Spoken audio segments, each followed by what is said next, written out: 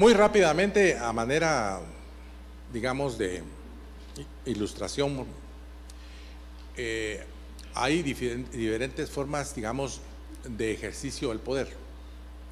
El poder condigno, que es el clásico, ¿verdad?, que es la sumisión a la persona que lo ejerce, así como lo conocemos, digamos, desde los orígenes de la humanidad, el poder condigno.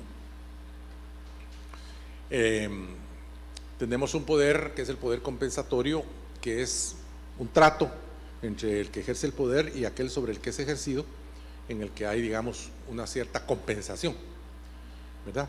O sea, por ejemplo, el que asume la responsabilidad del poder, pues tiene una determinada compensación por ese ejercicio. Generalmente se da en las organizaciones comunitarias, en las cuales el servicio comunitario es un servicio honorífico. No sé si lo saben, pero les cuento que ese tipo de poder en este país existe. En las comunidades indígenas de este país, el poder se turna, se rota, porque es una carga. Cuando en una comunidad de uno de nuestros pueblos originarios hay un cambio de autoridad, generalmente un alcalde y los alguaciles, ¿no es cierto? El que va a ser el alcalde indígena tiene que hablarle a sus parientes para que se hagan cargo de darle de comer a su familia durante el periodo en que se haga cargo de la responsabilidad, porque es honorífico, es por el honor de servir, no hay dinero ni nada, ¿verdad? Como los guatemaltecos vivimos ajenos a la realidad de Guatemala, especialmente los no indígenas, ¿verdad? Vivimos como en un castillo de cristal, ¿verdad? Ya no es tan castillo de cristal, ¿verdad? Pues está lleno de maderos y pero bueno, ¿verdad? Llamo la atención, más de la mitad de los maderos son indígenas, ¿verdad?, que se urbanizaron. Entonces perdieron su cultura comunitaria y se contaminaron en el contacto con nosotros y se pervirtieron. No todos, pero ustedes vean los apellidos de los maderos y se van a encontrar con mucha frecuencia que son apellidos pertenecientes a los pueblos originarios. Bueno, el caso es que este poder compensatorio es un poder muy interesante porque es el verdadero poder derivado de los intereses comunitarios. Es decir, hay un nivel entre lo estatal y lo individual, entre lo colectivo y lo individual, que es poco reconocido por nosotros porque nosotros no lo practicamos. Me refiero a los no indígenas. Recuérdense que hay por lo menos 2 Guatemalas, si no 23. Eso se discute después, ¿verdad? Es decir, Guatemala es una ficción, ¿verdad? Es una ficción jurídica, política, porque si ustedes van a preguntar a los pueblos comunitarios de las etnias originarias de Guatemala, ellos de dónde se sienten, ellos van a decir, pues yo me siento de Sololá, o yo me siento de San Martín, o yo me siento de San Juan Atitán. No, pero sos guatemalteco. Ah, bueno, sí, soy, pero ¿qué? ¿Qué recibo yo de Guatemala? Porque construir nación, muy complicado. Nación significa pasado histórico común, lengua común, cultura común. No hay, ¿va? Construir Estado, ese es el desafío. Un Estado para todos. Pregunto, ¿qué Estado para todos? No sé si ustedes lo saben, pero el autobús urbano, ¿cómo se llama ese nuevo? Esa vaina nos la paga todos los guatemaltecos y solo la usamos los de la ciudad de Guatemala.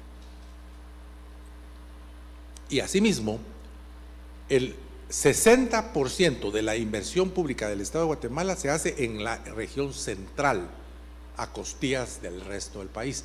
Entonces, un guatemalteco del interior del país se pregunta, el Estado de Guatemala está muy lejos, porque yo ¿qué recibo del Estado de Guatemala?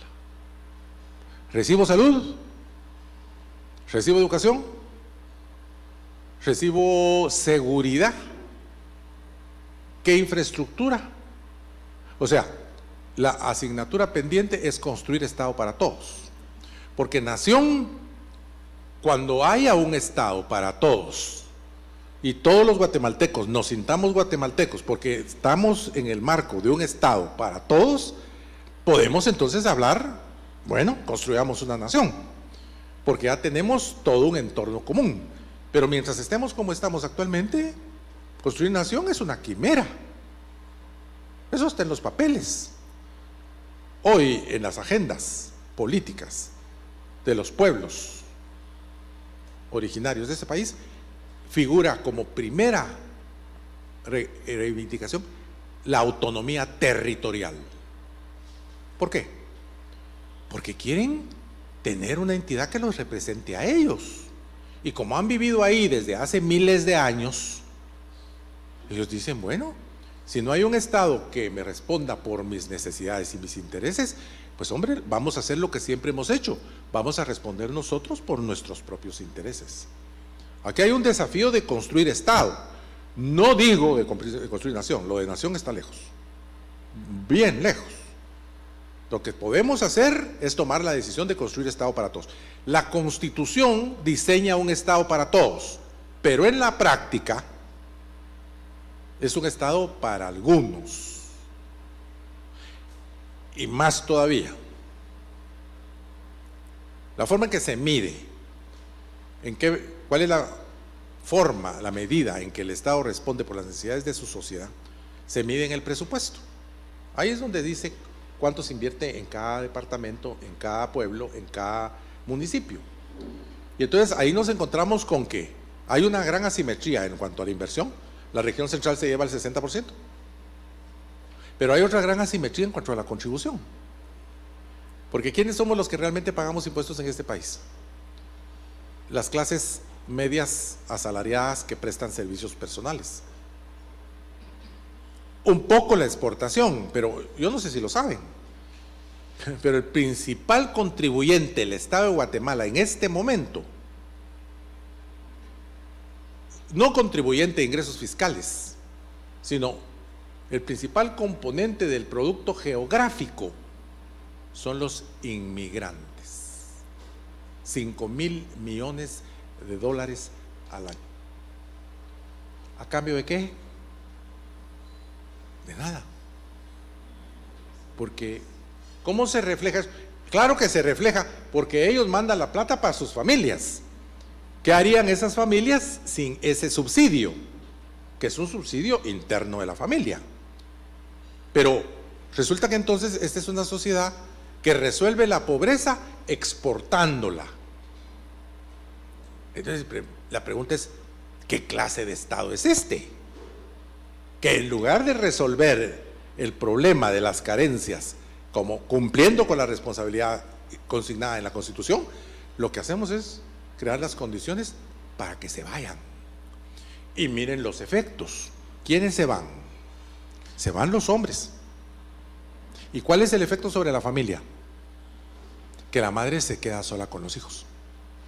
Y ustedes saben lo que eso significa, desde el punto de vista de la formación de la personalidad de los hijos. Es una familia disfuncional, sin la presencia del papá. ¿Y cuál es la influencia cultural de la presencia del papá? Es la imagen de la autoridad. Y ellos se quedan sin imagen de autoridad. Entonces no solamente son desnutridos, sino que además tienen un grave problema y una gran carencia en la construcción de su personalidad emocional. No tienen un referente en materia de autoridad. Es una situación extremadamente complicada. Bueno, entonces, claro, es el poder del dinero, pero en este caso, como les decía, el poder compensatorio puede ser a cambio de reconocimiento, no de dinero, ¿verdad? Y finalmente el poder condicionado. Este es el poder del mundo ahorita, porque es el poder derivado de la organización y la tecnología que modifica las creencias y la voluntad mediante interacciones tecnológicas, sociales o económicas. Hoy el poder lo ejerce el que distribuye conocimiento e información. ¿Por qué? Porque le pone nombre a las cosas. Fulanito es bueno, fulanito es malo y fulanito es feo. Es poder. ¿Por qué? Porque condiciona las relaciones sociales. Y les repito, las cadenas occidentales son un monopolio, son un oligopolio. Ahí se decide qué se hace público y qué no se hace público. Por eso la definición de Bobbio en relación con la democracia, en el sentido de que la democracia es la administración de lo público en público, no se cumple. ¿Por qué? Porque la información, aquí hay una... Fíjense que para que la información del Estado de Guatemala pudiera ser pública, cosa que garantiza la Constitución, hubo que hacer una ley, ¿no es cierto?, de libre acceso a la información, y todavía no se cumple. Yo sé de ciertas instituciones del Estado de Guatemala que están confiadas a la dirección de personas que viven en la prehistoria, que todavía para poder dar un papel hay que pedirle autorización al jefe superior, si no, no dan nada. Cuando según la Constitución y la ley, cualquier ciudadano se puede presentar a cualquier ente de la administración, con la sola excepción del Ministerio de la Defensa y del Ministerio de Relaciones Exteriores, y pedir cualquier información. Eso no quiere decir que el Ministerio de la Defensa y el Ministerio de Relaciones Exteriores tenga toda su información secreta. No, hay cierta información que es confidencial, pero la mayor parte de su información es pública. Por ejemplo, ¿cuál es el cargo de fulanito de tal y cuánto es lo que gana? Eso es público. Cualquiera que venga tiene que ser informado en un plazo perentorio. ¿Por qué? Porque la información debe ser así. Pero las formas del poder condicionan las cosas de tal manera de que no es así como se ejerce. Entonces el verdadero poder en el mundo de hoy es el poder de las redes organizacionales y tecnológicas, que son las que realmente influyen en la toma de decisiones. Y entonces nos encontramos con esta nueva realidad. La vieja división, es decir, el viejo relacionamiento que generaba en todo caso la sociedad política era el relacionamiento entre el Estado y la sociedad. Si el Estado es la sociedad políticamente organizada, ¿cierto?, es lo que acordamos, entonces resulta que las relaciones entre Estado y sociedad son las que dan lugar a lo que podríamos llamar toda la fenomenología del Estado. En teoría, como hay una democracia representativa, que es el modelo en boga en el siglo XX y que todavía está en las constituciones, pero que en los países de la periferia no se cumplen, solamente en países altamente desarrollados, resulta que el ciudadano es el mandante. Los que son abogados van a entender esto, por eso lo vamos a explicar. Y el que representa la soberanía del ciudadano mandante es el mandatario. En derecho, yo, persona individual, designo un representante de mis intereses para que administre alguno o todos mis intereses. Se constituye un mandato. Y aquel a quien designo mi empleado para que represente mis intereses se llama mandatario. Yo soy el mandante y mi sirviente es el mandatario.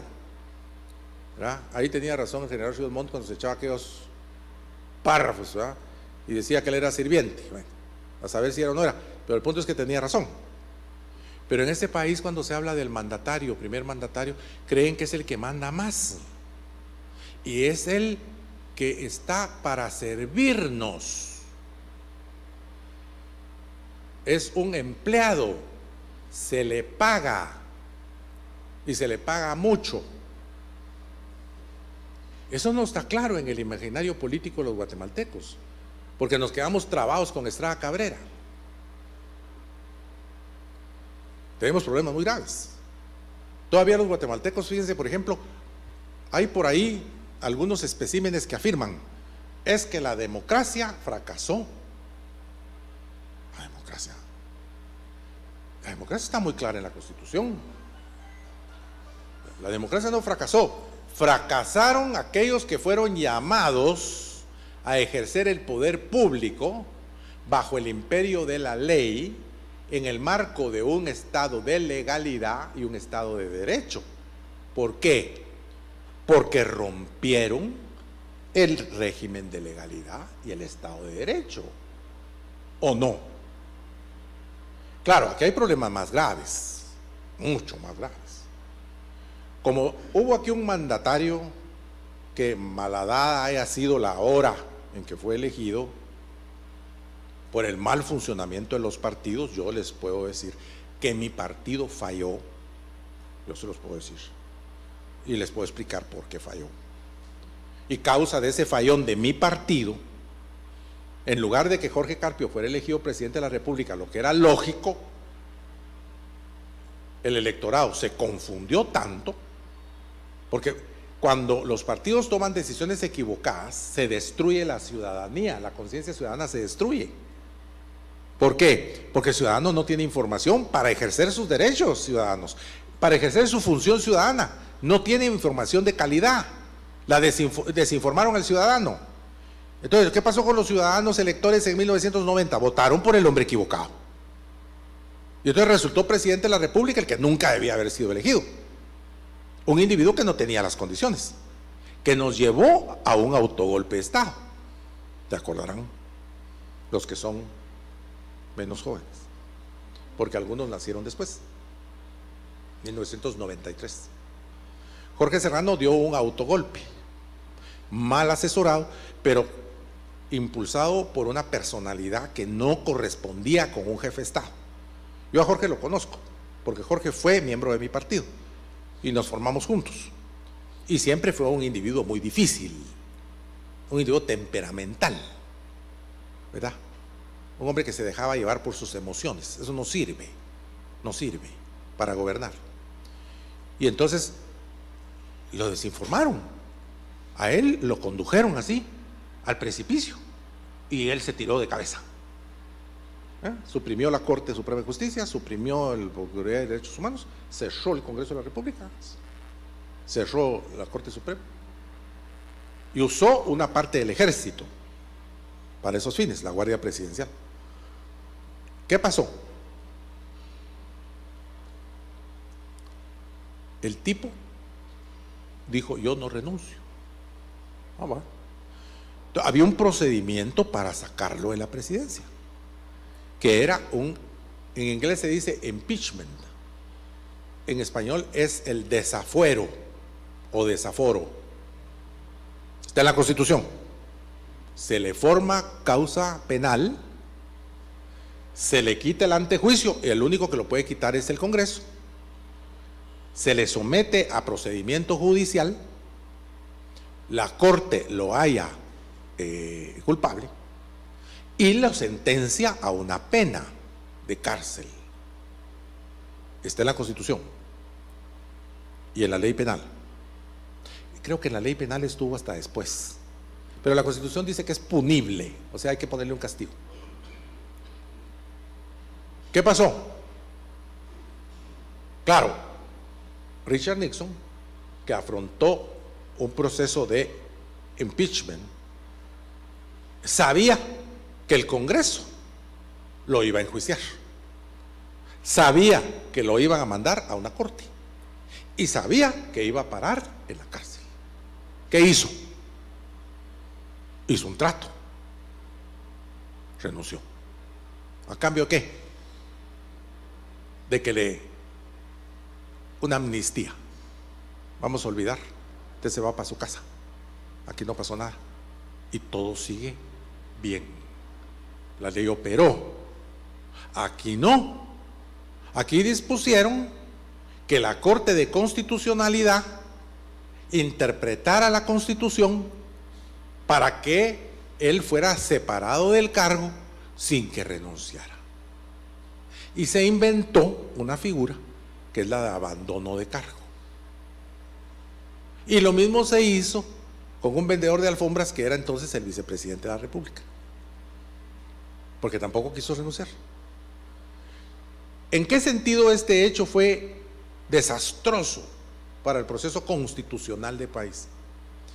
Que la Corte dispuso algo que la Constitución no disponía. Entonces quedó una interpretación del artículo 1 de las funciones de la Corte de Constitucionalidad que dice defensa del orden constitucional. Ellos plantearon un precedente según el cual la Corte puede decir que la Constitución dice lo que la Constitución no dice. Entonces la Corte se volvió absolutamente omnipotente. Se puso por encima de la Constitución. ¿Ya se dieron cuenta? Y todo esto con el aplauso de los ciudadanos, que lo que queríamos era salir de Jorge Serrano lo más pronto posible, cuando no nos dimos cuenta que estábamos abriendo el foso en el cual nos íbamos a ir todos de cabeza. Porque ¿cuál es el problema que tenemos ahorita en el país? Que resulta que en la Corte Constitucional puede pasar cualquier cosa. Se presentó el general Ríos Montt en 1990, porque hubo una acción de inconstitucionalidad en contra de su candidatura y la Corte dio lugar a esa acción. Y Ríos Montt no fue candidato, pero solo 6 años después el general Ríos Montt recurrió a la Corte y la Corte dijo que sí podía ser candidato. ¿Cómo se entiende eso? Quiere decir que la Constitución se relativizó y que entonces se le dio a la Corte poderes omnímodos para interpretar la Constitución, y el sistema dice que la resolución de la Corte de Constitucionalidad es inapelable. Y nos metimos en un hoyo oscuro que es donde estamos. Se rompió el principio de legalidad y se rompió el Estado de Derecho. ¿Y quién lo rompió? La Corte. ¿Con el aplauso de quién? De todos. ¿Manipulado por quién? Ahí está. Los poderes que obran en la oscuridad, ¿verdad? Que actúan en forma clandestina, aprovechando ciertas circunstancias para manipular el Estado de Derecho, desvirtuándolo a favor de sus intereses. Porque los que votaron a Jorge Serrano, ¿quiénes fueron? Los periódicos. Yo estuve ahí. Y que no me vengan a decir que hubo grandes multitudes en la calle para que Jorge se fuera, a pesar de lo que había hecho. Eso no es cierto. Habíamos unos grupúsculos, pero ¿quién magnificó la cosa? Los periódicos. Ahora la pregunta es, ¿quiénes movieron los periódicos? La mano que mece la cuna. Ya sabemos quiénes, con nombre y apellido de familias, ¿verdad? Ahora sí nos entendemos. Me pidieron que les hablara de Estado de Derecho, democracia. Más claro ni el agua, ¿verdad? Más claro ni el agua. Es decir, nosotros metimos la pata.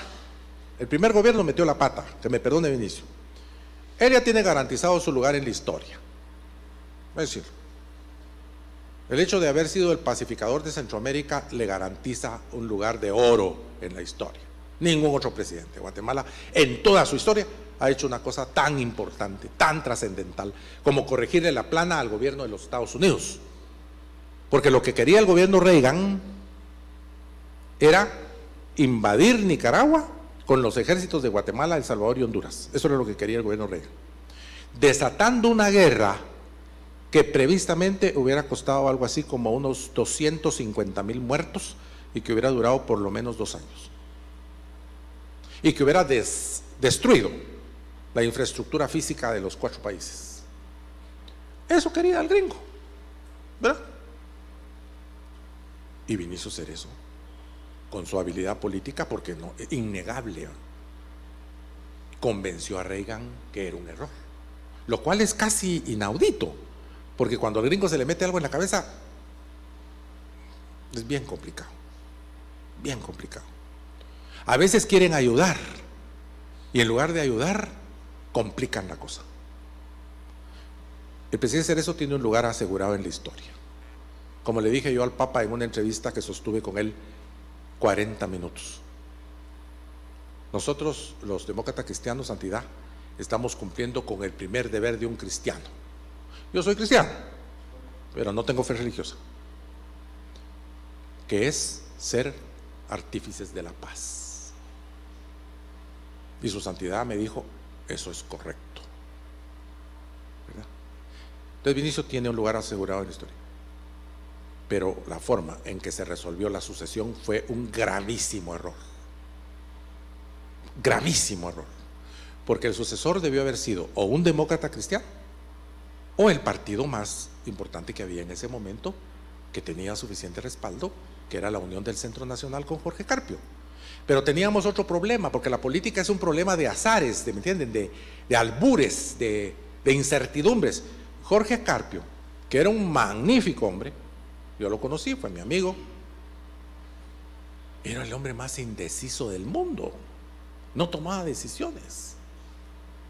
Finalmente hacía lo que le decía el último que le hablaba, y eso constituyó un gran problema para la sucesión, porque cometió errores graves que un político no debe cometer, más una decisión en el Partido Democracia Cristiana planteando la peor candidatura posible. Claro que eso no fue un azar, ¿verdad? Eso fue parte de una conspiración, igual que los que conspiraron para que Jorge Serrano metiera la pata, porque Jorge no tenía las condiciones, pero a él lo empujaron, lo desinformaron, le dijeron: al día siguiente vos tenés el apoyo del pueblo de Guatemala aquí en la Plaza Mayor con 200,000 gentes, te lo garantizamos. No, llegaron 24 gatos a pedir que él se fuera, pero ahí no hubo nadie para apoyarlo. ¿Por qué? Porque lo empujaron. La política se ejerce en forma oculta, mediante manipulaciones y desinformación. ¿Se dan cuenta? Nosotros tenemos que aprender de nuestro pasado, pero la pregunta es: ¿cuántos hemos hecho una reflexión profunda sobre nuestro pasado? Pues tienen sin cuidado, porque como no pagan por eso, entonces hay que pase cualquier cosa, ¿va? Hay que cada quien mire cómo sale, sin saber que lo que estamos haciendo es labrando las condiciones para un futuro muy complicado.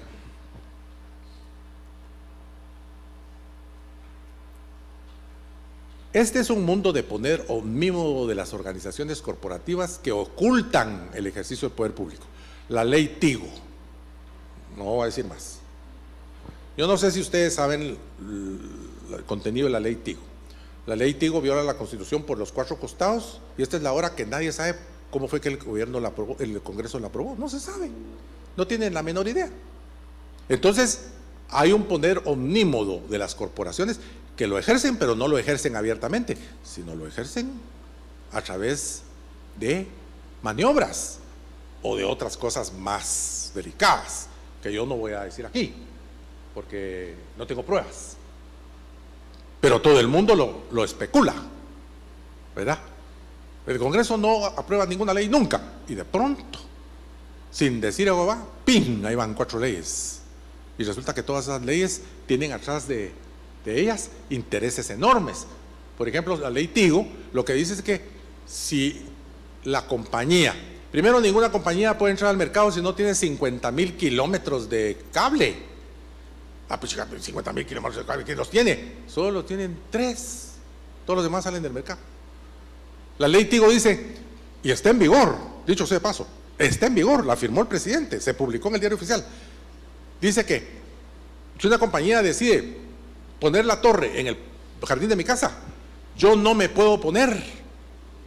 Eso dice. Y que si el tribunal debe intervenir para obligarme a aceptarlo. Si me opongo, me voy al bote, porque no quise que pusieran una torre de una de las compañías en el jardín de mi casa. Eso dice la ley. Ya hay varias acciones de inconstitucionalidad en la Corte de Constitucionalidad. ¿En qué van a acabar?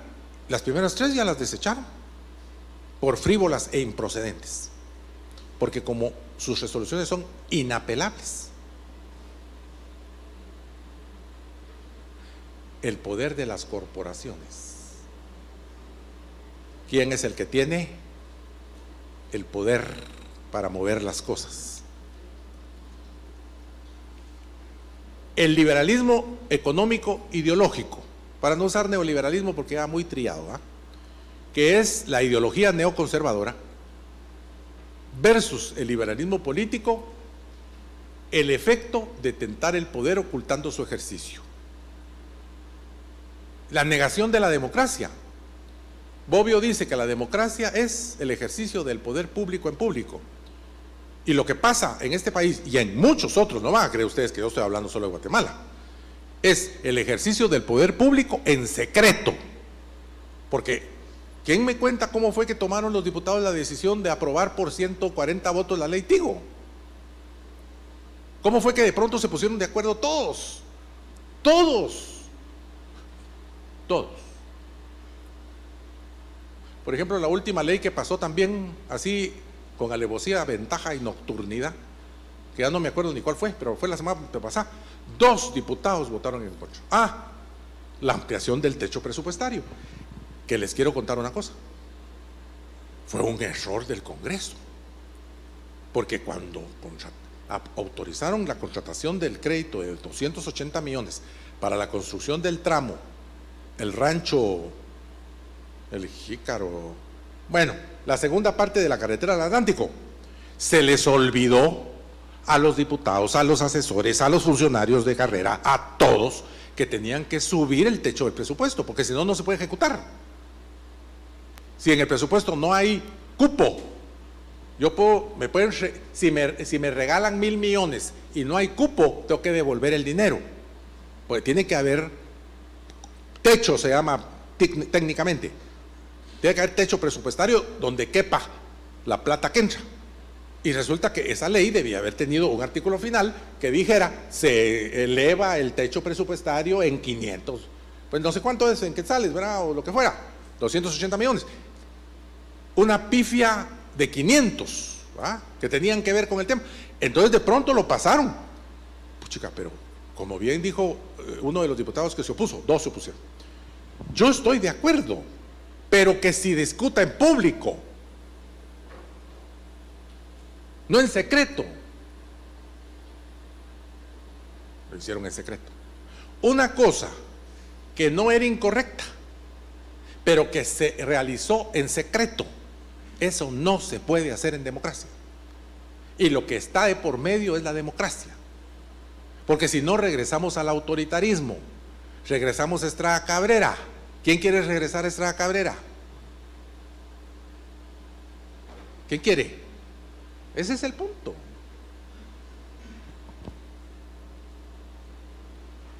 La disminución del poder de la propiedad individual y de la personalidad. O sea, hay una descomposición del poder compensatorio y el poder condigno, que era lo que privaba, y ahora es puro poder corporativo. El nuevo poder de la propiedad derivado de la organización de las corporaciones. Porque fíjense que es un fenómeno extraordinario, fíjense, porque, digamos, George Soros escribió un libro que se llama La crisis del capitalismo global. En ese libro, él anuncia que va a haber un crack económico en el sur de Asia. Eso fue en el año 93, 94. ¿Qué quiere decir un crack económico? Va a haber una quiebra, ¿verdad? Es decir, el sistema financiero va a entrar en quiebra. Muy sencillo. Dieron créditos sobre propiedades inmobiliarias que no soportaban el crédito. ¿Por qué? Porque se había inflado lo que se llama la burbuja inmobiliaria, ¿verdad?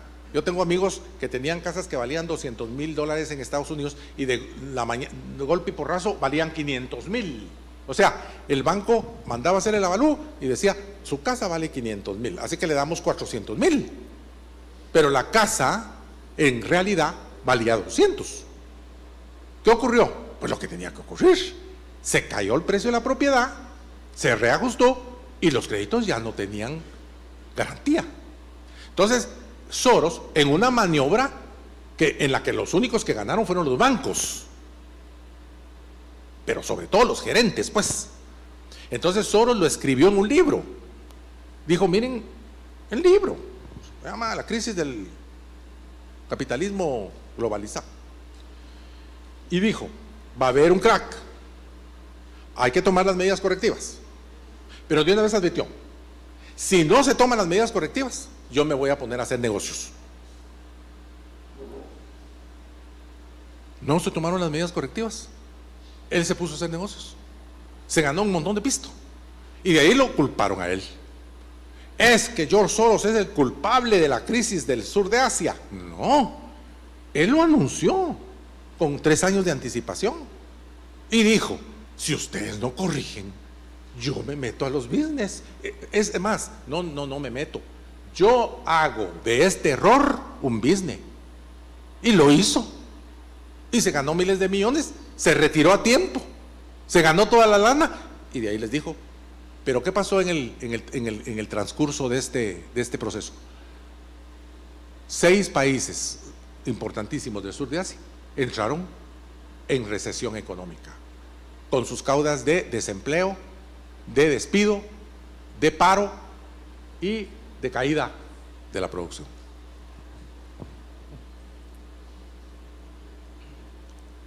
Las corporaciones no se subordinan al mercado, sino lo usan para fijar sus condiciones. Es al revés. No es el mercado el que resuelve los problemas, no hay tal cosa. Es una noción. Son las corporaciones las que manipulan el mercado. El mercado no es autónomo, porque, como decían los clásicos, ahí me corrigen los economistas, tanto Smith como Ricardo, como los otros, como Marx, decían, mercado de competencia perfecta no existe. No, es imposible. Todos los mercados son de competencia imperfecta, pero algunos son de libre competencia y otros son oligopólicos. Bueno, hoy el capitalismo globalizado es oligopólico. ¿Por qué? Porque son 6 centros financieros a escala mundial los que toman todas las decisiones. ¿Dónde se invierte? ¿En qué se invierte? ¿Cuándo se invierte? ¿Cuánto se invierte? ¿Y hasta cuándo se invierte? ¿Para qué? Mueven la lana para allá, depredan una región, la sacan, la mueven para otro lado, depredan esa región, la sacan. Es decir, desgraciadamente, un delete en una máquina se truena el futuro de un país entero. Un delete. ¿Por qué? Porque son decisiones globalizadas a nivel mundial, en la que viene un banquero y dice, se retiran todas las inversiones de país tal. ¡Ping! Se fue el país con Pancho, como dicen los muchachos a la hora de la tertulia. Así es la cosa, pues. Así es la cosa. Ahora, todo esto tiene que ver con el control social. Ya lo dijimos, el poder es siempre una conspiración contra el más débil. No se ha visto ejercicio del poder entre iguales, no hay tal cosa. Miren, aquí entre nos, el poder se ejerce hasta en el matrimonio, pues. Siempre las mujeres, por lo menos hasta el día de hoy, ¿verdad? Cada vez la cosa cambia más, pues son la parte débil de la película. Está cambiando, ¿verdad? En Costa Rica ya les conté, no les conté, pero allá las mujeres dispusieron que la igualdad de las mujeres consistía en ser iguales que los hombres, y aquello se volvió un despelote pavoroso, ¿verdad? Entonces ahora, por ejemplo, del 100% de las demandas judiciales, 50 son por violencia doméstica, pero solo 70 son por mujeres agredidas, los otros 30 son hombres agredidos. Es muy simpática la cosa, ¿verdad? Se está democratizando la violencia doméstica, ¿verdad? Bueno. Entonces, el poder es casi un fenómeno de la naturaleza. Cuando uno observa las amebas, siempre hay una ameba que es más viva que la otra, ¿va? Que consigue el más plasma que la otra. Es decir, la naturaleza es asimétrica.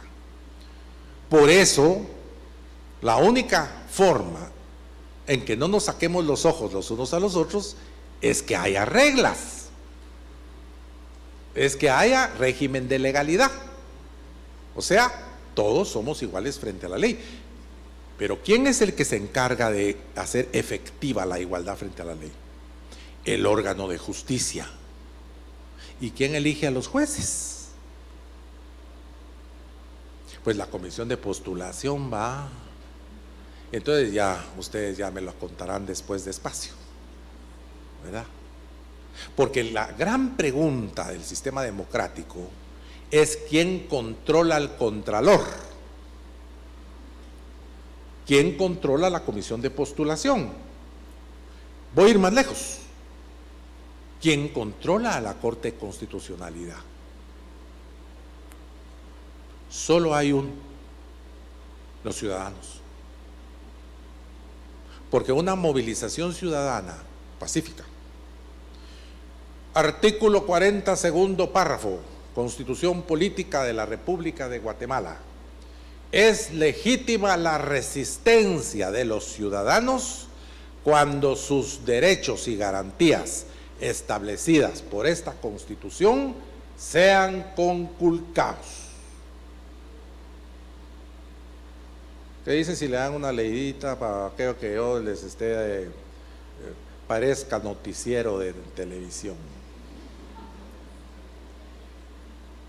Es legítima la resistencia de los ciudadanos. Eso dice la Constitución.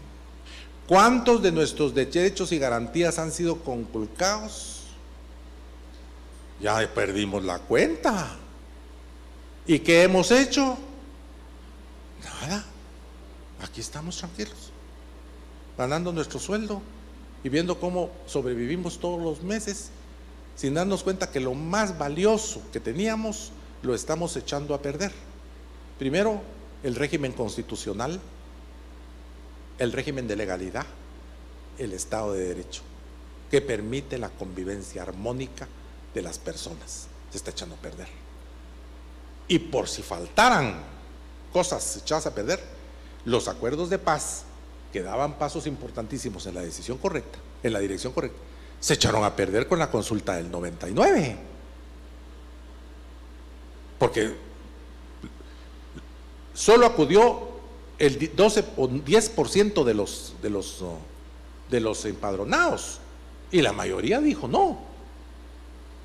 De tal manera que estamos a punto de perder el régimen constitucional y estamos a punto, no, ya perdimos los acuerdos de paz, pues eso está perdido. Entonces, ¿de qué sirvieron 200,000 muertos, 50,000 desaparecidos, 50,000 huérfanos, 1 millón de desplazados? No sirvió de nada. Eso no puede ser. Eso un país que permite eso no tiene futuro. No tiene futuro. Ese es el gran desafío, miren. Porque al final este es el tema: actores y factores de control. Siempre habrá sujetos dominantes y sujetos subalternos. Siempre habrá. Y siempre habrá una relación poder público-sociedad civil, porque las relaciones son Estado-sociedad, pero la relación es mandante-mandatario. ¿De acuerdo? Mandante-mandatario. ¿Quién es el mandante? El ciudadano. ¿Quién es el sirviente? El presidente. ¿O no? ¿O alguien cree que no? Que es al revés. Es que no puede ser, porque además sería usar el español de cabeza. Bueno. Entonces los romanos, que todos lo sabían, dividieron la cosa entre derecho público y derecho privado. El derecho público, decían los juristas, Cicerón, quod ad statum res publica spectat, que significa lo que respecta a la cosa romana. O sea, res en este caso significa Estado romano, res romana, el Estado romano. Lo público es lo que atañe al Estado romano. ¿Pero qué es el Estado romano? Era la sociedad romana políticamente organizada. Y frente a quod ad singularum utilitatem, que significa lo que se atañe a la utilidad individual. Los romanos hicieron la diferencia. Aparte es lo público y aparte es lo privado. Y hay que hacer un relacionamiento. Los germanos, que heredaron el derecho romano, pero lo transformaron, dijeron: que la relación entre lo público y lo privado, para ver qué es más importante que el otro, el criterio, es lo que ellos llaman common good, que es la res pública, o sea, el bien común. Lo voy a poner de otro modo. Yo tengo derecho de propiedad. Según la Constitución Política de la República, el derecho de propiedad es un derecho relativo, no es absoluto. ¿Por qué? Porque la Constitución dice que el Estado lo primero que debe garantizar es los derechos inalienables de la persona y de la familia, de todos, no solo de algunos, de todos. ¿Por qué? Ya lo conté en la mesa. Los ticos, que son iguales que nosotros, excepto en dos cosas: tienen un nivel educativo muchísimo más alto y son civilizacionalmente hablando más evolucionados. ¿Verdad? ¿Qué significa eso? Que uno no ve en Costa Rica estos conflictos extremos por cosas intrascendentes, sino que ellos tienden a arreglarse dialogando. ¿Sí? El tico está educado en la escuela primaria para que el conflicto se resuelve no por la mala, sino dialogando y negociando. Bueno, los ticos, por ejemplo, todos coinciden en que el enemigo público número uno de Costa Rica es la pobreza. Pucha.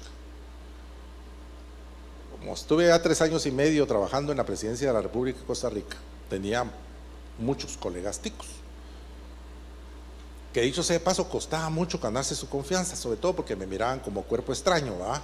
Un chapín en casa presidencial, eso no muy va, ¿verdad? Consultor de Naciones Unidas, no. Pero poco a poco uno va ganando terreno, ¿verdad? Y además ellos viven tan bien que a uno simplemente se les une y ya se acabó. Entonces un día hablando con uno de ellos, que no es Luis Guillermo Solís, que fue mi colega en casa presidencial, le dije: mira, tú, le dije, no, realmente, ¿cómo está este cuento? A ver, ¿por qué ustedes se preocupan tanto por la pobreza? Porque mira, le dije, en Costa Rica es el 20%, y como subió al 22% es un escándalo nacional. En Chile era el 55% y los gobiernos de la concertación lo bajaron a 25% y es un orgullo nacional. En Guatemala era el 65%, sigue el 65% y a nadie le importa un bledo. Entonces, contame, ¿verdad? ¿Por qué a ustedes les dan tanta importancia? Mira, me dijo, es por egoísmo. ¿Cómo así? Sí, pero ¿por qué? Muy simple. Si hay pobres, se acaba nuestro estilo de vida. Cuando ustedes saludan a un tico y le preguntan: ¿qué tal estás? ¿Qué responde? Pura vida por dicha, dicen. ¿Por qué? Porque la pasan divino. Ellos a las 5:30 en punto de la tarde están en el bar todos, hombres, mujeres, y yo creo que ya también los niños. 5:30 en punto están en el bar, tratando los 3 temas perpetuos de la agenda nacional. Primero, fútbol. Todos son árbitros de fútbol y entonces están viendo el reprise y toda la cosa. Segundo tema, política. Todos son analistas, todos, y están bajándole el cuero al presidente, a los ministros y a los diputados, y listos para salir a la calle. Esa es la diferencia. Listos para salir a la calle, porque la Constitución les da el derecho, como aquí. Va. Y tercer tema, la sexualidad. A eso no me voy a referir para no herir susceptibilidades ni sensibilidades generalmente femeninas, pero ellos son bastante liberales en esa materia. Dejémoslos que sean como ellos quieran, ¿verdad? Cada quien tiene derecho a hacer lo que le parezca más feliz. Ellos son felices. Entonces me dice: ¿cómo querés que renunciemos a esto? Y si en Costa Rica hay pobres, se acaba la fiesta. Los guatemaltecos, como seguramente vivimos muy infelices, ¿verdad?, a pesar de las encuestas, nos da lo mismo. ¿Cuántos pobres hay? 65%. Ah, vaya. Y al año siguiente, ¿cuántos hay? Pues 68. Ah, pues está bien. Seguramente no llevamos una buena vida. No sabemos lo que es vivir bien, porque un tico está dispuesto a hacer cualquier cosa, hasta pagar impuestos, con tal de que no haya pobreza. A eso es la diferencia. Luego, lo importante es el bien común, porque si hay bien común, yo tengo una buena vida individual y familiar. Pero si no hay bien común, entonces, ¿qué puedo esperar de una población joven, sin oportunidades, sin educación, en medio de la violencia, de la discriminación, de la promiscuidad? ¿Qué puedo esperar? Santos del devocionario, no, delincuentes. Ya nos dimos cuenta. Entonces, como que está claro, tenemos el país que hemos construido. Porque alguien me puede decir, ¿sabe qué pasa? Que nosotros no contamos. No es cierto. No, eso no es cierto. Que la guerra nos dejó muy asustados y todo lo que ustedes quieran, eso sí es cierto. Pero que este país, 200,000 guatemaltecos perdieron la vida, muchos de ellos, por construir un futuro mejor, eso sí es cierto. Que arriesgaron su familia, arriesgaron su vida, arriesgaron todo para que el país saliera del autoritarismo. Entonces no podemos decir que nosotros no contamos. Nosotros sí contamos. No, es que los ricos o los poderosos o los Estados Unidos o lo que ustedes quieran es la que... Sí, pero nosotros tenemos algo que decir y tenemos algo que hacer para restituir el imperio de la ley, que es lo central de toda esta cosa. Aquí hemos tenido Estado y Ejército como sujeto dominante por razones históricas, desde la colonia. Esto no es de hoy, esto es de toda la vida. Y hoy ha adquirido un nuevo carácter, Estado-mercado como sujeto dominante. O sea, las grandes corporaciones manejando el Estado, ocultamente, porque en el discurso somos democráticos, estamos al servicio de la población, hambre cero, pero ¿y resultados? ¿Dónde están los resultados?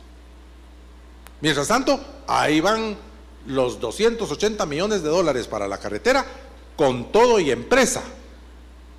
Claro que parece que los taiwaneses, no se va, pero de los taiwaneses no podemos esperar mucho después de aquello que les conté, de don Alfonso Portillo. ¿Verdad que le entregaron los cheques con nombre y apellido? Y entonces Portillo dijo en la corte en Nueva York, yo no me robé nada, miren los cheques. Dice, se entregará a la orden del señor Alfonso Portillo. Y entonces, ¿qué dice? Me lo metí en la bolsa. Bueno. Tácticas y medios de control social. Naturalmente, los más importantes son los medios institucionales. Son las instituciones y las normativas lo que en todo caso debería dirimir este conflicto. Claro, en medio de la desmonopolización de las funciones del Estado, ha habido una desmonopolización también de la coerción estatal. ¿Qué quiero decir? De pronto, el que la hace no la paga. Entonces no hay coerción. Entonces se da el famoso síndrome de la ventana rota, enunciado por un sociólogo norteamericano hace unos cuantos años. Si en un barrio alguien tira una piedra y rompe una ventana y no pasa nada, a la semana siguiente se rompen 5 ventanas. No pasó nada. El síndrome de la ventana rota.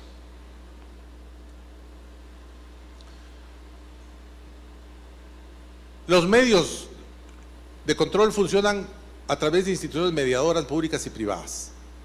La pregunta es si funcionan o no funcionan. Y si funcionan en el marco del régimen de legalidad y del Estado de Derecho. Porque esta es la condición sine qua non, la norma. Ahora, volvemos a insistir. ¿Quién aplica la norma? El órgano jurisdiccional. El órgano jurisdiccional que dice, usted tiene la razón, usted no la tiene. Usted cometió un delito y por lo tanto tiene que pagar esta pena. Pero si el órgano jurisdiccional no hace valer el Estado de Derecho, el régimen de legalidad, el síndrome de la ventana rota. Yo me acuerdo cuando regresé de México en el año 91, que tuve un shock cultural, porque yo había dejado una Guatemala relativamente en desorden, pero cuando regresé era un caos total y absoluto en el año 91 finales. Y me acuerdo que todo comenzó con aquella pandilla de muchachitos que robaban anteojos, ¿cómo se llama estos? Anteojos para sol, allá en el puente famoso de La Mate. Ahí comenzó y nadie intervino, porque vinieron y los medios de comunicación comenzaron con el cuento de que los derechos humanos y por lo tanto la inimputabilidad de los menores, lo cual era correcto porque eso es lo que decía la ley. Pero es que un menor sea inimputable no significa que el Estado le permita que viole la ley, no es lo mismo. La policía tenía la obligación de intervenir y detenerlo, consignarlo a la jurisdicción correspondiente y ahí que se decidiera. Pero en ese puente, yo me acuerdo que no pasábamos muy rápido con los vidrios arriba, porque sabíamos que habían 20 o 30 patojos que se dedicaban todos los días a robar anteojos, todos los días, y nadie hacía nada. Bueno, de ahí para acá, la cosa se volvió un caos. La guerra impuso algo que nadie notó. Una de las características del Estado es el monopolio de la violencia institucional. El Estado tiene que tener ese monopolio. ¿Por qué? Porque esa violencia institucional legal es la que se ejerce para el imperio de la ley. Pero como estábamos en guerra y el ejército estaba a punto de perder la guerra, ¿qué creen que fueron las patrullas de autodefensa civil? Las patrullas de autodefensa civil fue una renuncia al monopolio de la violencia. El general Héctor Alejandro Gramajo, que fue mi colega ministro en el primer gobierno democrático, nos contaba que siendo él comandante del Teatro de Operaciones del Suroccidente, del TOSO, o sea, la máxima autoridad militar en el suroccidente, él tenía que a las 6 en punto de la tarde estar en su comando, porque si a las 6:30 lo agarraba una patrulla, lo detenía. Claro que, con todo respeto, mi general, pero usted aquí no pasa. Y tenía que venir el oficial encargado y responsable para que venga a hablar con usted, y él se lo conduce y lo acompaña. ¿Qué fue lo que ocurrió? Que el ejército, que la fuerza pública renunció al monopolio de la violencia. ¿Y qué pasó al renunciar al monopolio de la violencia? Se desmonopolizó. ¿Y a dónde condujo la desmonopolización de la violencia? A la privatización del ejercicio de la violencia. ¿Qué es lo que tenemos ahora? El crimen organizado. ¿Ya se dieron cuenta? La guerra obligó a romper con un principio central del régimen de legalidad, y es que la violencia solo la puede ejercer la autoridad legítima. Pero si no, perdían la guerra. Entonces, ¿qué hicieron? Armaron a los civiles. ¿Y para qué se prestó? Para los excesos. Las principales masacres las cometieron los patrulleros y los comisionados, con el respaldo y el resguardo de tropas del ejército. Pero los que se mancharon las manos de sangre fueron estos grupos. Entonces, la impunidad, no hubo castigo. Acto seguido, cada quien se sirvió con la cuchara grande. Me cae mal, lo mato. Tengo un lío judicial, acabo con el lío judicial, suprimiendo a la contraparte. Alquilo asesinos. Y entonces apareció el sicariato.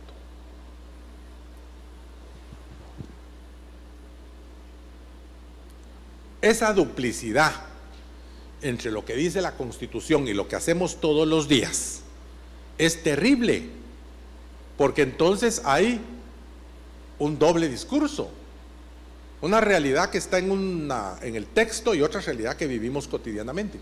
Pero además, sumado al hecho de esta duplicidad de mundo real y mundo virtual, se suma la nueva tecnología. Entonces nos venden a través de los medios un mundo que no existe, ¿verdad? Yo, por ejemplo, cuando sacan los productos para niños, a mí me llama mucho la atención, blanquitos de ojos azules, y digo, ¿estos de dónde los sacaron? Si mi nieta no es blanca ni de ojos azules,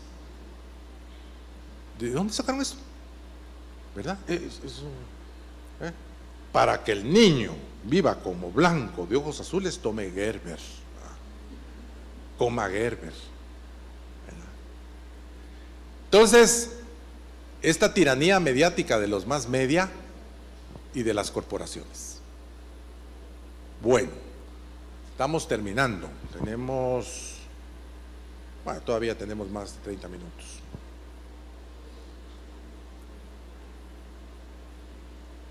Por eso yo le apuntaba al embajador que estaba haciendo algunos cambios, porque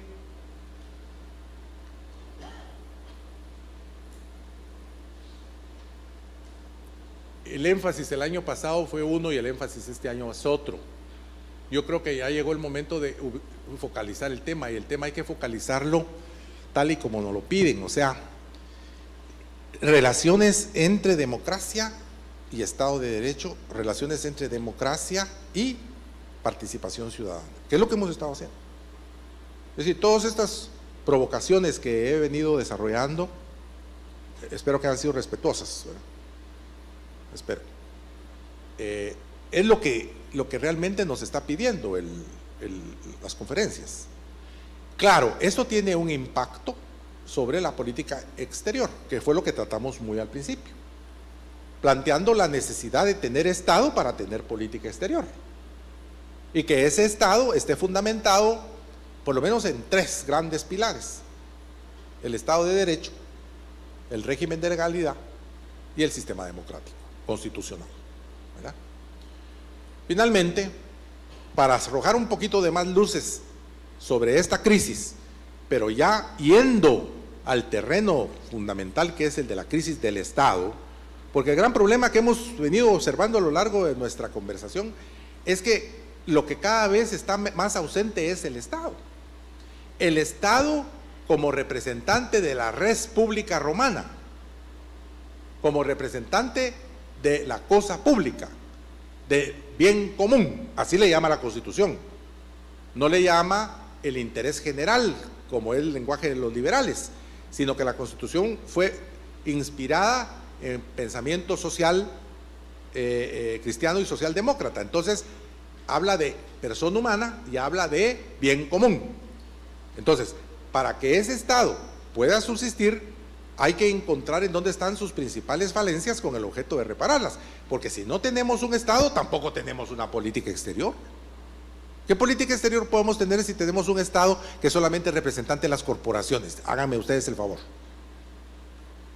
No podemos tener política internacional. Sí, hay que cerrar la Cancillería, porque no sirve para nada. Porque la Cancillería es el instrumento que la Constitución deja establecido para la implementación de la política exterior del Estado de Guatemala.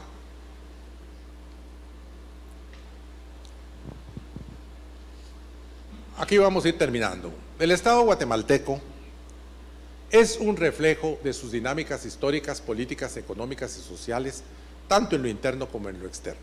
Yo les puedo asegurar a ustedes que una de las más grandes debilidades del ciudadano guatemalteco es la casi total ignorancia de nuestra historia política.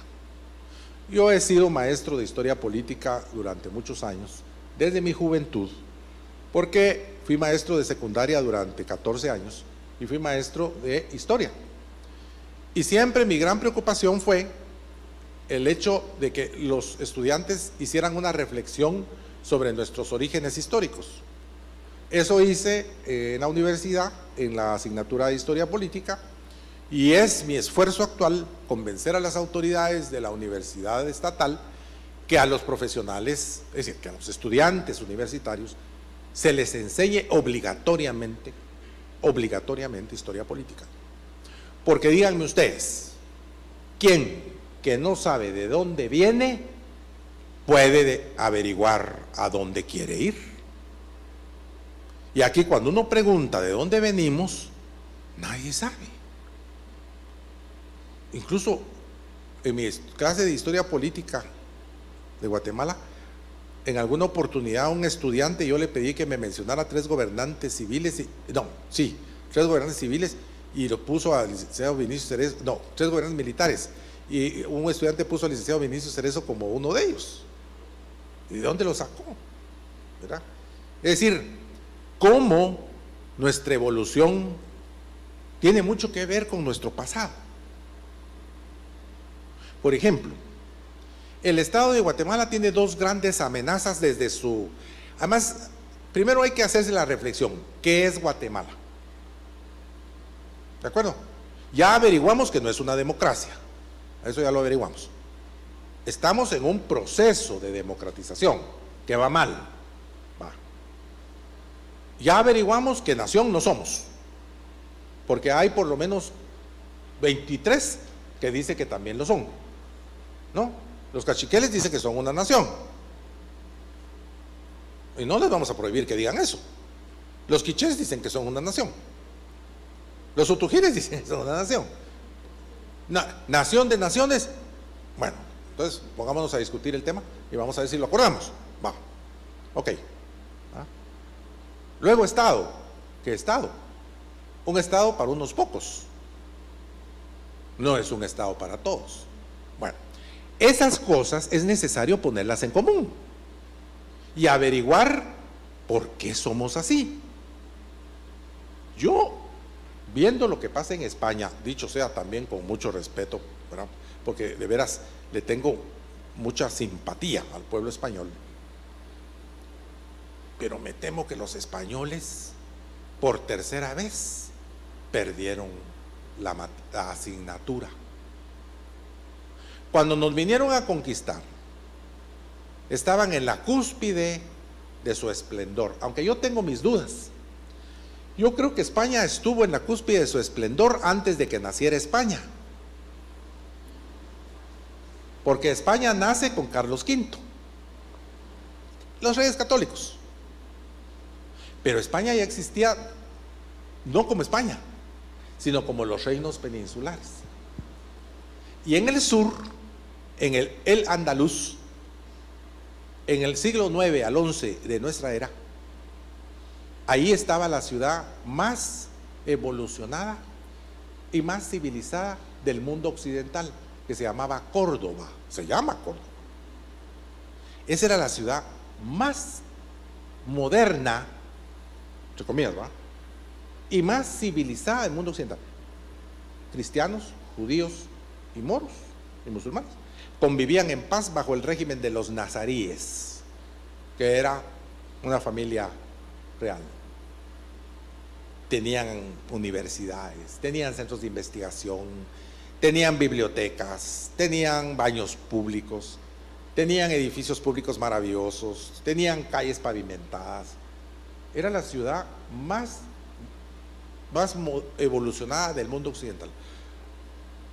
Después, Carlos V, ¿verdad?, vienen aquí.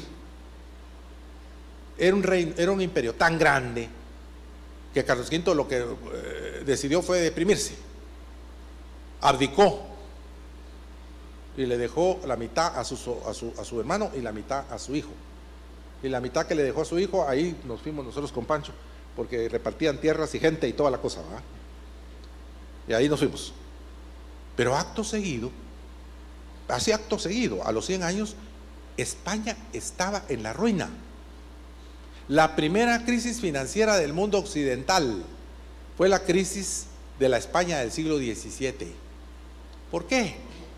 Porque había mucho oro, pero no había que comprar con ese oro, porque la cultura de los españoles de esa época decía 3 cosas.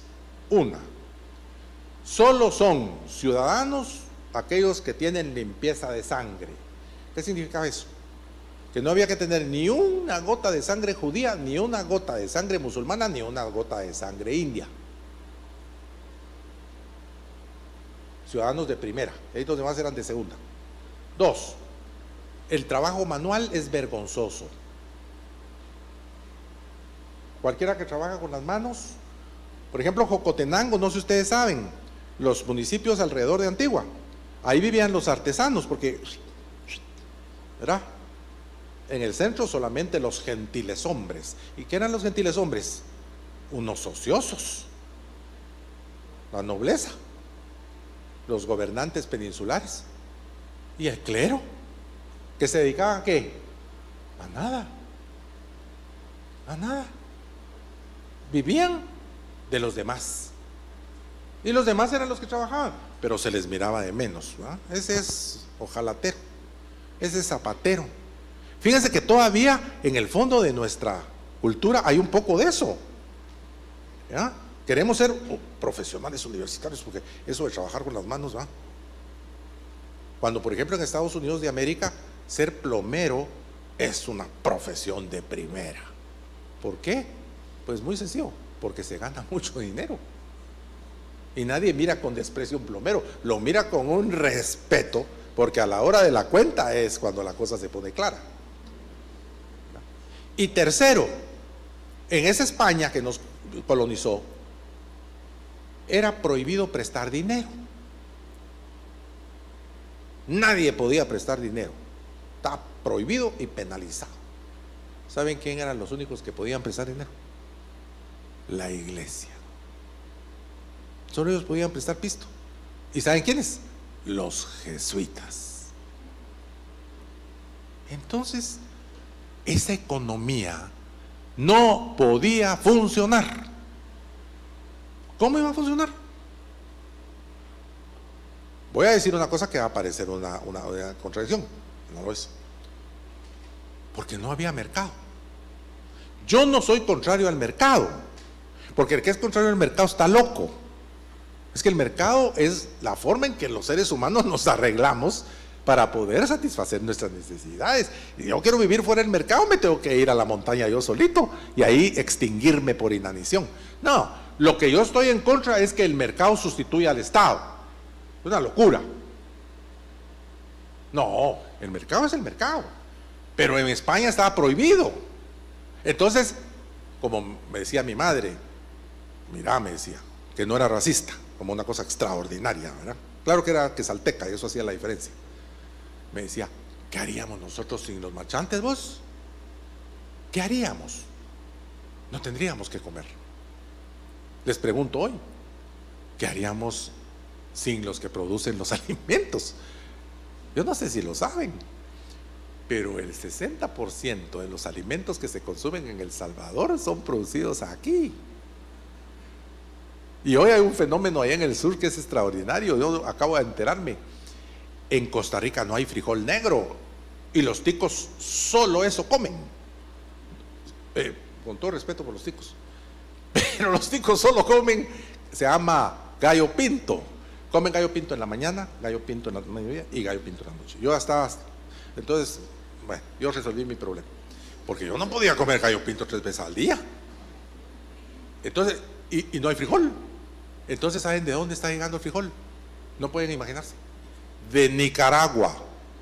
La mitad del frijol que se consume ahorita en Costa Rica se produce en Nicaragua. ¿Saben por qué? Porque los ticos no quieren hacer trabajo manual. ¿De dónde creen que sacaron eso? De la colonia. El tico no quiere hacer trabajo manual. ¿Saben cuántos nicas hay en Costa Rica? 1 millón. ¿Saben qué pasaría si los nicas se van de Costa Rica? Costa Rica se para. Porque ya no hay quien levante las cosechas, ya no hay quien barra las calles, ya no hay quien haga el trabajo de albañilería, ya no hay quien haga el trabajo de seguridad privada, ya no hay quien, porque los ticos son tan civilizados que ya no quieren hacer nada, pues. Así, solo, sí, servicios. Al tico para servicios, al nica ahí que barra la calle, ¿va? Y claro que como bien me dijo un consultor, mi colega, me dijo, mira vos, me dijo, fíjate que en Costa Rica hay 12,000 guardias privados, policías, ¿va? Y hay 60,000 guardias, pero hay 12,000 policías nacionales, policías, y hay 60,000 guardias privados, y 50,000 son nicas. Entonces me dijo, fíjate, me dijo, que la situación es tal que los nicas no han tomado Costa Rica porque no quieren. Porque están armados y saben manejar las armas. Bueno, Entonces, ¿cómo es posible que España fracasa por primera vez? Y de ahí la mala fortuna les echa a perder la vida en el siglo XIX por una élite gobernante degenerada. Los reyes de España eran idiotas. ¿Me entienden? Estaban bien alimentados, pero eran idiotas. Por una sencilla razón: por la endogamia. Se cruzaban entre parientes para no perder la unidad de las casas nobiliarias. Se casaban con primos, con primas, con sobrinas, con sobrinos, cosa que, dicho sea de paso, aquí entre nosotros, ocurrió mucho con nuestros ancestros aquí en América. ¿Por qué? Porque no había mucha gente, porque no había mucha riqueza, y entonces la única manera de medio ir manteniendo el pisto en la casa era mi bisabuelo se casó primero con su prima hermana y después se casó con su sobrina. Así de simple. Grandes terratenientes de San Marcos. A mi tatarabuelo el rey le dio 400 caballerías a San Marcos. Ahí está mi familia metida entre las causas de los problemas de Guatemala. Yo estoy viendo cómo saco la pata, pero bueno. Entonces, la invasión francesa a España arruina a España. No porque los españoles no han sabido hacer las cosas, los españoles defendieron a su rey, pero fue tal la violencia que se armó en esos 4 años de guerra interna contra los franceses, que los historiadores españoles aseguran que España no recuperó el orden hasta la guerra civil en 1936-39. Fue Franco el que los puso en orden. O sea, mala suerte, malos gobernantes, y con todo respeto, miren lo que está pasando ahorita en España. Se fueron los alemanes y se desfundó la democracia española, porque la democracia española es un invento alemán. Digo, no un invento, sino que fueron los alemanes los que la financiaron. Entonces yo digo, ¿no será que tenemos ahí una herencia un poco, como les dijera? Sí, ¿por qué los países que tienen cultura anglosajona como que son un poco más ordenados? Por ejemplo, la India tiene 1.200 millones de habitantes y solo tiene 35% de pobreza. Perdónenme que se los diga, solo 35, pero es que en 1.200 millones, 35 son como 400, es muy poco, porque todos los demás no son pobres. Bueno, yo aquí entre nos creo que parte de la cosa es que todos los hindúes hablan inglés y tienen educación inglesa, ¿o no? Especialmente las élites. Ahí está. ¿Por qué Venezuela, el país más rico del mundo occidental? Y miren ese desastre, con todo respeto por el muy ilustrado gobierno del señor Nicolás Maduro. Yo no tengo nada en contra de él, pero aquello es un desastre. Y no crean que es de hoy. Yo tengo muchos amigos en Venezuela, porque el Partido Demócrata Cristiano Venezolano fue muy poderoso, y sin el apoyo del Partido Demócrata Cristiano de Venezuela y del presidente Luis Herrera, aquí no habría democracia. Así de sencillo. Fueron los fondos secretos del presidente Herrera los que nos ayudaron a darle la pelea a los militares. ¿Acaso? Yo no sé si ustedes se acuerdan, pero ¿quién se animaba a darle la pelea a los militares? Los guerrilleros y ¿quién más? Quedamos los socialdemócratas, los demócratas cristianos y los comunistas, y el resultado fue una matanza en masa.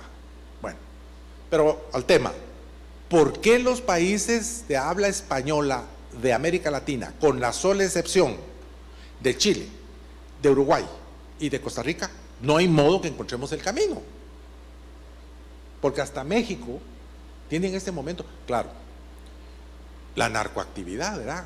Pues sí, es que, como me dijo alguna vez alguien de la oligarquía, yo no tengo la culpa de que mis hijas traigan bribones a la casa, ¿verdad? Pero uno no tiene la culpa de quedar en la ruta de la droga, que fue nuestra maldición, es nuestra maldición. Pero el tema es ese. El tema es que la cultura influye tremendamente en estas cosas. El Estado y la sociedad guatemalteca son reflejo de nuestra historia. Aquí hubo una gran crisis en el 54, hubo un desastre en el 54 y desgraciadamente, a diferencia de Costa Rica, que lo resolvió en forma correcta desde el punto de vista de los intereses costarricenses, les cuento que en Costa Rica hubo una revolución parecida a la nuestra, muy parecida, con algunos cambios, ¿verdad? Los grandes actores en Costa Rica fueron el líder del Partido Conservador, que era un hombre civilizadísimo, el doctor Rafael Calderón Guardia, educado en Francia, el arzobispo de San José, Monseñor Víctor Hugo Sanabria, y el líder del Partido Comunista de Costa Rica, don Manuel Mora. Ellos tres fueron los que se juntaron en el gobierno del 42 y proclamaron lo que se llamó el Pacto de las Garantías Sociales, que es lo que nosotros conocemos en Guatemala como la Revolución de Octubre. Lo interesantísimo es que lo primero que hizo don Manuel Mora, secretario general del Partido Comunista de Costa Rica, cuando se pusieron de acuerdo para impulsar este proyecto, fue romper con Moscú. O sea, el partido tico mandó por un cuerno a la Unión Soviética y dijo: nosotros estamos de este lado, no tenemos nada contra los Estados Unidos. ¿Cuál fue el resultado? La democracia de más alta calidad de América Latina. Aquí no. Aquí cometimos imprudencias, porque fue una imprudencia, ¿no es cierto?, alinearse con Moscú, que fue lo que hicieron los asesores del presidente Arbenz, y él no los quiso poner en su lugar. ¿Qué pasó? El desastre. Este desastre se origina en ese error. No es que el presidente Arbenz no haya sido un patriota, pues claro que fue un patriota, un reformador extraordinario, un visionario. Su programa de las 3 grandes acciones: reforma agraria, carretera al Atlántico, Jurú-Marinalá, y dice el decreto 900, para que Guatemala transite de un país semifeudal hacia un país capitalista. Así dice el preámbulo del decreto 900. Correcto, pero desafió a los Estados Unidos, cometió un error estratégico. ¿Y quiénes pagaron el pato? Todos. Entonces uno tiene que tener cuidado, porque aquí el problema es que esa crisis del pacto interelitario de 1954, la caída del presidente Arbenz, es la que nos ha traído aquí. Pero el pacto está en crisis, porque ¿quiénes formaban parte de ese pacto? Las élites, los grupos de presión, los partidos políticos y los poderes fácticos de la época. Pero todo eso se desmoronó en la guerra y se terminó de desmoronar con la globalización de la economía mundial, porque claro, todos los oligopolios se rompieron. Ustedes saben que aquí habían tratos, ¿verdad? Es decir, una familia producía cerveza y la misma familia, solo que en una rama diferente, producía refrescos, y otra familia producía el cemento y otra familia producía el pollo, y aquí todo estaba arreglado. Pero de pronto vino la globalización y no aguantó. Hoy ustedes saben que el cemento, la cementera guatemalteca es subsidiaria de una cementera suiza. Hoy la cerveza es parte de un trust mundial, Budweiser, a nivel mundial. El pollo, a saber el pollo, pero por ahí debe andar. Entonces, todo esto se desarmó. Pero lo peor, ¿quién iba a prever que el país entero iba a ser transformado por la narcoactividad? Que compró vidas y haciendas y conciencias, corrompió y destruyó la moral pública. Eso nadie lo podía saber. Entonces, hoy estamos sin pacto.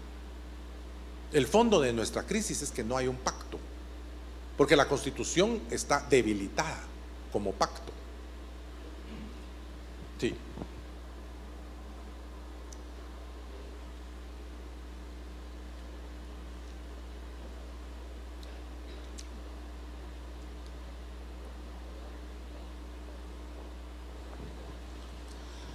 Gracias. No sé, licenciado, si desde mi punto de vista o apreciación estoy equivocado, pero me pareció que en el gobierno pasado, con los acercamientos hacia la política, digamos, contraria a los Estados Unidos, impulsada por el presidente Chávez, y eso de Petrocaribe y todo eso, precisamente las grandes familias de aquí de Guatemala se vieron acechadas de que iba a colapsar ese sistema, y comienzan a vender, por decirlo así, todo lo que tenían aquí en el país, y aprovechan los consorcios norteamericanos a comprar, ¿no? O los suizos lo del cemento, ya vieron lo que pasó con los almacenes de estos de Walmart, todo eso, porque creo yo que en un momento dijeron, bueno, es posible que perdamos todo, como pasó allá en Venezuela, ¿verdad?, con los supermercados, pasó con los ingenios y todo lo que se ha visto a través de lo que nos llegan las noticias. Entonces, para no perder todos los huevos en la canasta, y sacaron los capitales de Guatemala. Entonces, algo de eso fue lo que yo percibí en el gobierno pasado. Ese fenómeno es parte de este entramado. Sin embargo, ellos no salieron. Lo que han hecho siempre, quedaron de socios minoritarios. Y no se fueron por Venezuela, porque no se fueron. Ellos lo que hicieron fue que vendieron aquí, quedaron socios minoritarios de las grandes corporaciones, pero se fueron al sur a hacer grandes inversiones. Por ejemplo, no vamos a hablar de la realidad centroamericana porque ahí nos metemos en otro berenjenal y ya no tenemos tiempo. Pero ustedes saben de que hay familias guatemaltecas que tienen inmensas posesiones de tierra en Nicaragua, en Colombia, en Venezuela y en Brasil. ¿Por qué? Porque en Nicaragua hace unos 10 o 12 años se compraba la caballería de tierra en $10,000. Hoy vale 100,000. Entonces, oportunidades de negocio. Es decir, hicieron un trato con las transnacionales aquí y se fueron a seguir oportunidades de negocio allá. Para los efectos prácticos, lo que hicieron fue que se salieron del nivel doméstico y se pasaron al nivel transnacional. O sea, ellos también se volvieron transnacionales. Lo lógico, porque lo que gobierna estas dinámicas es la dinámica del capitalismo financiero globalizado. Exactamente. No solamente por seguridad, por rentabilidad. Porque tener la plata en los bancos es el peor negocio posible. Después de la crisis del capitalismo global en el año 2008, ustedes saben que un depósito a plazo fijo de un banco de Estados Unidos paga el 1% al año. Es decir, están a punto de cobrarle a uno la plata, ¿verdad? Es decir, decirle, mire, le voy a cobrar el 1% por tener el pisto aquí en el banco. Es decir, cualquier negocio es mejor que tener la plata ahí. Entonces ahí están los grandes edificios, ahí están las grandes inversiones, ahí están las hidroeléctricas. Porque en las hidroeléctricas, como en la minería, están las transnacionales, pero también está el capital nacional como socio minoritario. ¿Me explico? Es decir, lo mismo que pasó a principios de siglo con las bananeras. Ahí estaban también las mismas familias, solo que como burguesía de servidumbre, decían los exponentes de la teoría de la dependencia, cuando yo me formé en la década de los 60. Entraron como burguesía de servidumbre y pararon siendo propietarios, pero minoritarios, ¿verdad? Pero volviendo a lo nuestro y para terminar, los rezagos producidos por nuestra historia tienen una característica que es muy preocupante, y es que nuestra historia es una historia de etapas inconclusas. Se interrumpió la Revolución de Octubre y las garantías sociales. Se interrumpió el modelo de producción, el modelo de desarrollo hacia adentro y de creación de mercado interno a través del mercado común. Se interrumpió el proceso de democratización, lo tenemos a punto de colapsar. Entonces, Guatemala no cierra sus ciclos.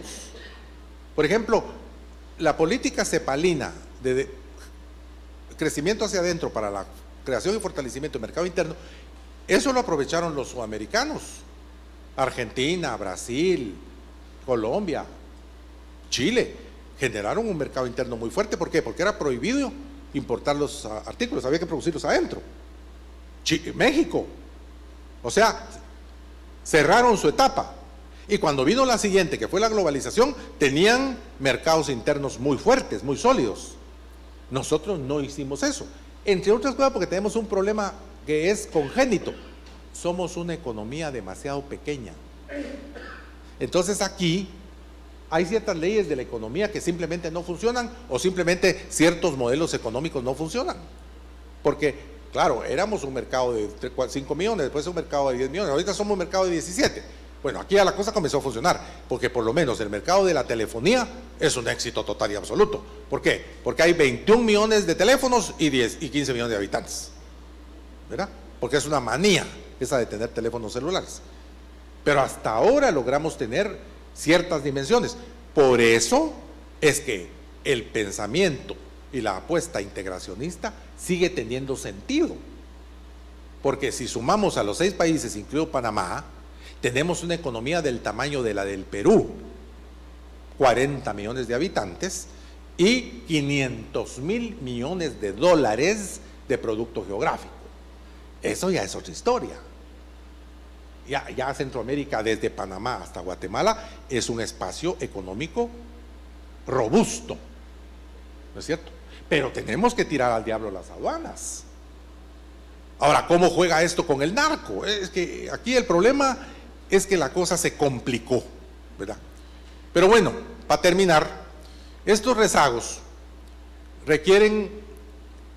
producen esta falta de una ruta de desarrollo de largo plazo. No hay plan nacional de desarrollo, no existe. ¿Por qué? Porque los gobiernos desde el 96 dispusieron de que eso no servía para nada. Entonces, ¿cómo se puede sacar adelante a un país si no tiene un plan nacional de desarrollo? Dispusieron que el mercado lo arregla todo. ¿Para qué plan nacional de desarrollo? Esa cosa solo cuesta dinero. No, el mercado. Y el mercado nos tiene... Bueno, ya me miran de cabeza, pues ya se tronaron el régimen de legalidad, ya se tronaron el Estado de Derecho. Pues son esos intereses los que están conspirando contra la legalidad. Entonces, hoy por hoy, lo que está produciendo es conflictividad, especialmente porque ahora resulta que nos imponen un modelo nuevo, el modelo minero. Y la minería tiene problemas.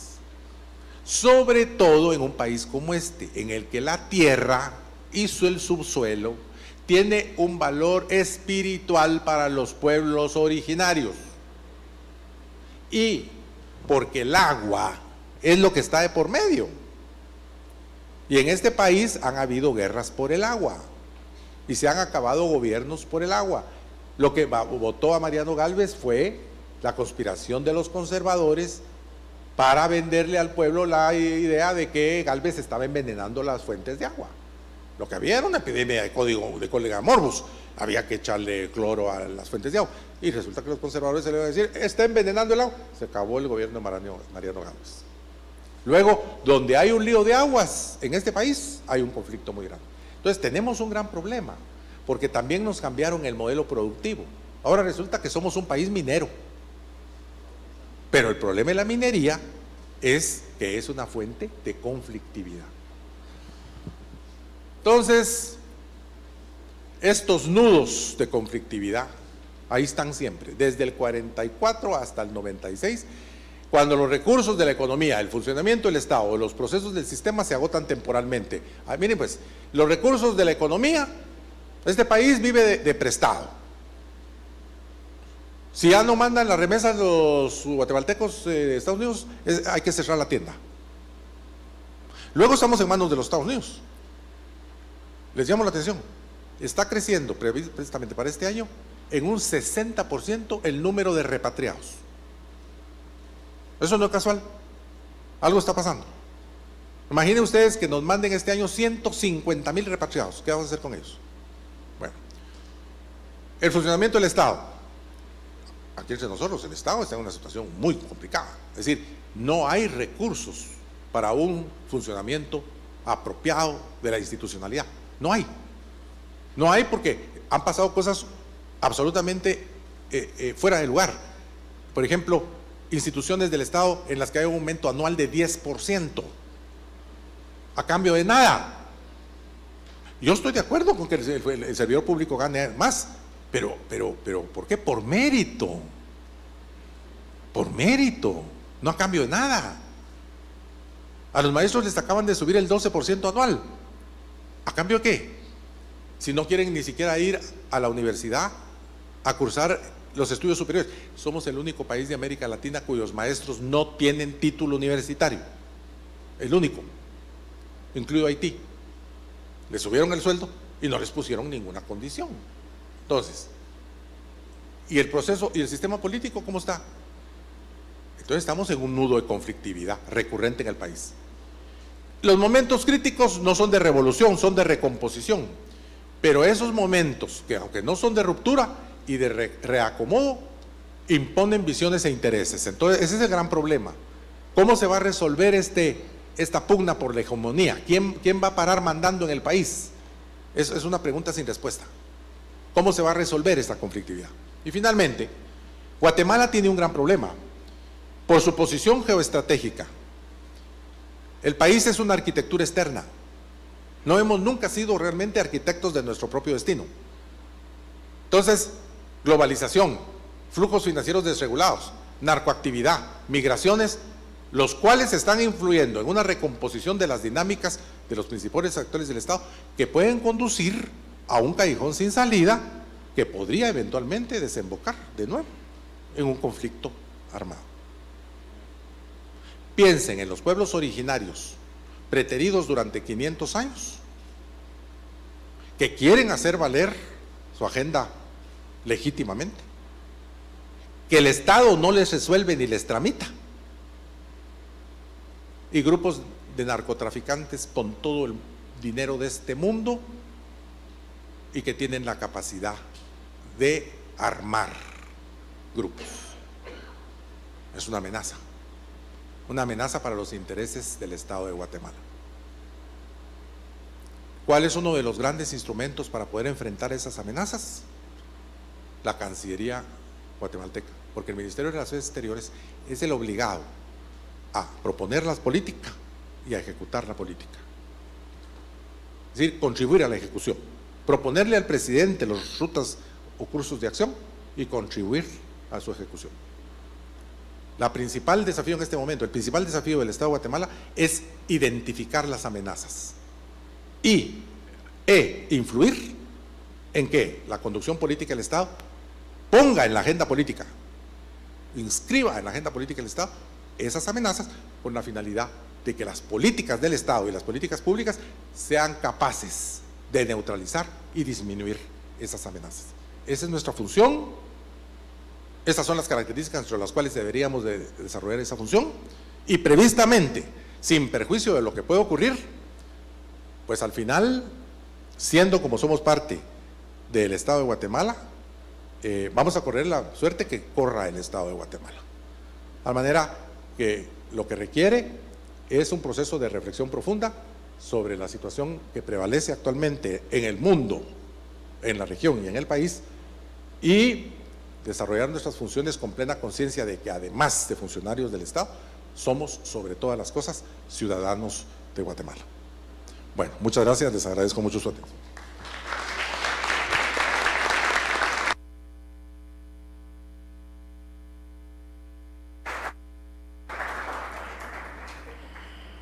Licenciado, muchísimas gracias a nombre del Ministerio de Relaciones Exteriores y del proyecto ADA Integración por su valiosa participación en esta capacitación, que con su intervención llega al final. Se han terminado ya con esto los 4 días de capacitación para los cuales estaba planificada la actividad. A todos ustedes, muchas gracias por haber participado en ella. Yo sé que muchas veces no es fácil porque les están requiriendo sus jefes que estén llegando a entregar documentos o qué sé yo, y muchas veces tampoco es fácil dejar al enamorado o a la enamorada mucho tiempo sin estar chateando, pero de todas maneras créanme que esto vale la pena y ha valido la pena. Así es que vamos a proceder como es nuestra costumbre, a entregar el diploma de participación a aquellas personas que tuvieron una asistencia mínima de 3 días. Entonces, al final no voy a preguntar como suelo preguntar siempre, ¿alguien faltó porque yo sé que en esta ocasión sí va a haber gente que va a faltar de diploma. Jerry y Jennifer, ¿me pueden acompañar, por favor?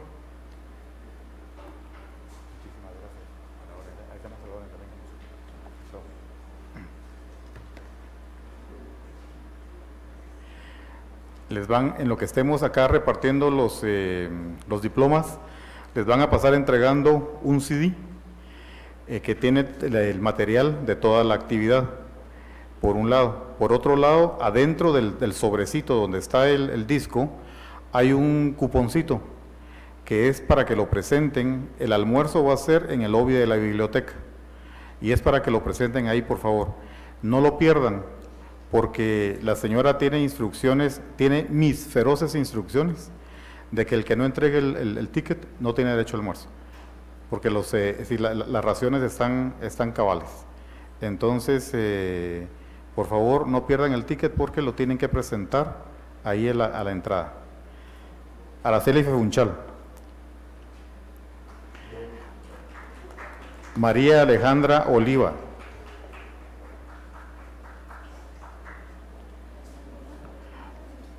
María Esther Cuellar.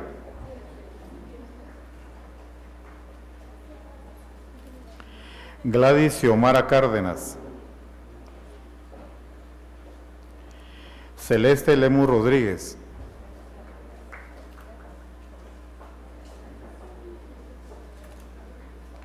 Eric Fernando Ortiz Estrada. Julio Alfredo Fernández Flores.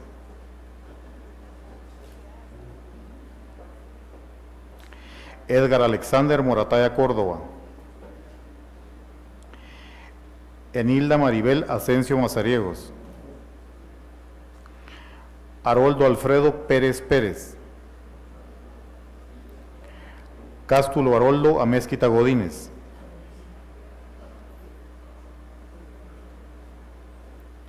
José Baudilio Oliva Muralles.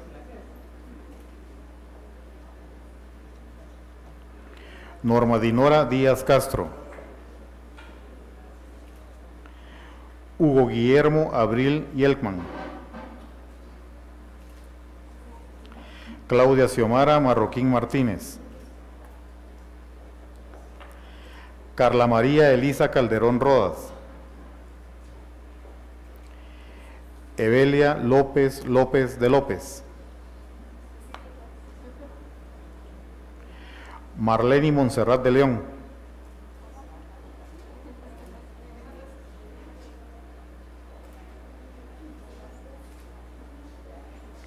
María Antonia Yuve Patzán.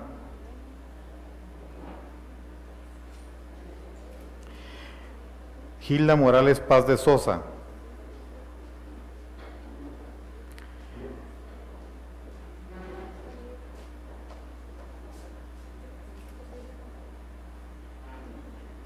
Pedro Julio Gordillo Díaz. Wendy Paola Pérez Gámez de Maldonado. Carolina Calvillo de Méndez. Luis Manuel Ceseña Guay.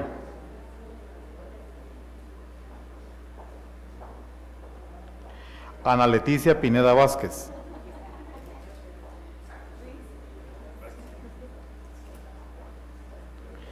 Paula Estefanía Flores Arroyave.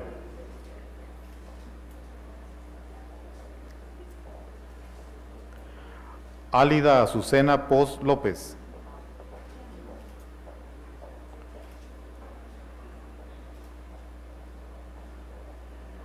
Zulma Vargas García.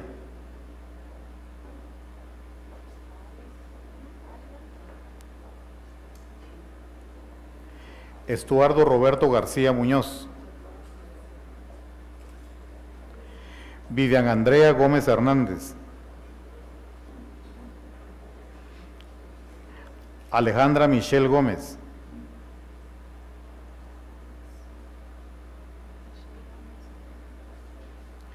Romilio César Estrada Morales.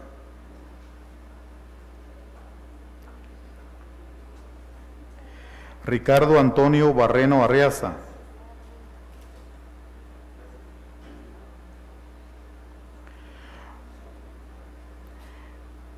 Jenny Alvarado. Embajador Manuel Ernesto Galvez.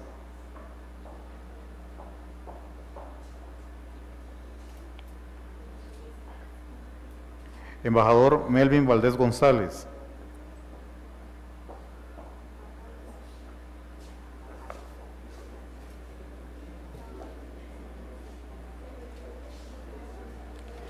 Miriam Fabiola Mazariegos Caravantes. Bien, entonces, este es el de ella, ¿no? El de la niña. Entonces, por favor, ya ahora con el diploma les entregaron, como hay algunos que no recibieron diploma, entonces pueden pasar acá para que les entreguen el CD y con el material, y adentro está el ticket del almuerzo. Así es que les esperamos abajo, en el lobby de la biblioteca. Gracias.